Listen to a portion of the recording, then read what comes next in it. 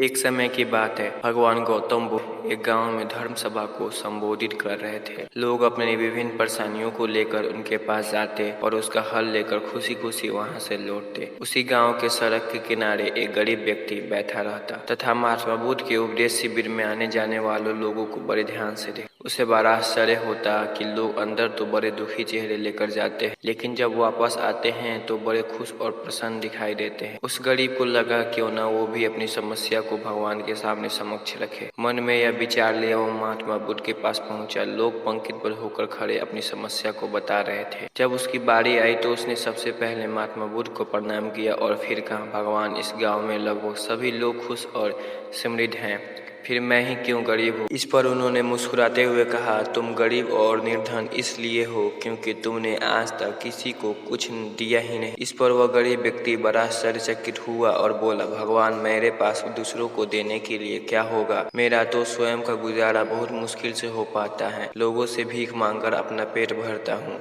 भगवान बुद्ध कुछ देर शांत रहे, फिर बोले, तुम बड़े अज्ञानी हो। औरों के साथ बांटने के लिए ईश्वर ने तुम्हें कुछ दिया है, मुस्कुराहट दी है जिसमें तुम लोगों में आशा का संचार कर सकते हो, मुख दिया है ताकि लोगों से दो मीठे शब्द बोल सकते हो, उनकी प्रशंसा कर सकते हो, दो हाथ दिए हैं, लोगों की मदद कर सकते हो। ईश्वर ने जिसको ये तीन चीजें दी हैं वो कभी गरीब और निर्धन हो ही नहीं सकता। निर्धनता का विचार आदमी के मन में होता है, यह तो एक भ्रम है, इसे निकाल दो। कभी भी मन में निर्धनता का भाव उत्पन्न न होने दो, गरीबी अपने आप दूर हो जाएगी। भगवान बुद्ध का संदेश सुनकर उस आदमी का चेहरा चमक उठा और उसने इस उपदेश को अपने जीवन में उतारा, जिससे वह फिर कभी दुखी नहीं हुआ। दोस्तों, अगर इस कहानी से आपको कुछ सीखने को मिला है तो हमारे चैनल को सब्सक्राइब कर